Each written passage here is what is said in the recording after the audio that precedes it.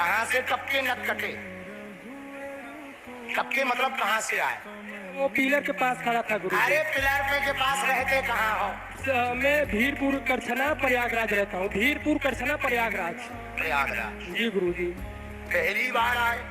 हाँ गुरुजी, मैं पहली बार आया हूँ, लेकिन आपका गुरुजी मैं वीडियो हमेशा दिन रात देखते देखते मतलब पागल हो गया था गुरुजी। हमारा वीडियो देखते देखते जी। तो फिर मेंटल हॉस्पिटल गए? नहीं नहीं गुरुजी, लेकिन तुमने कहा मैं ना अपने पागल मन में शक्ति बना के रखा था कि गुरुजी एक बार हमें जरूर बुलाएंगे। हाँ। ऐसा मन में मतलब मेरे था आज। तो तुम्हें भरोसा था कि लाखों की भीड़ में तुम्हारा नाम लेके बुला ले बिल्कुल कोई? बिल्कुल गुरुजी। है? हाँ बिल्कुल, मेरा मन दिल प्राण सब बोल रहा था कि आज गुरुजी हमें जरूर बुलाएंगे अपने पास। गजब चेला हो भाई। जी गुरुजी।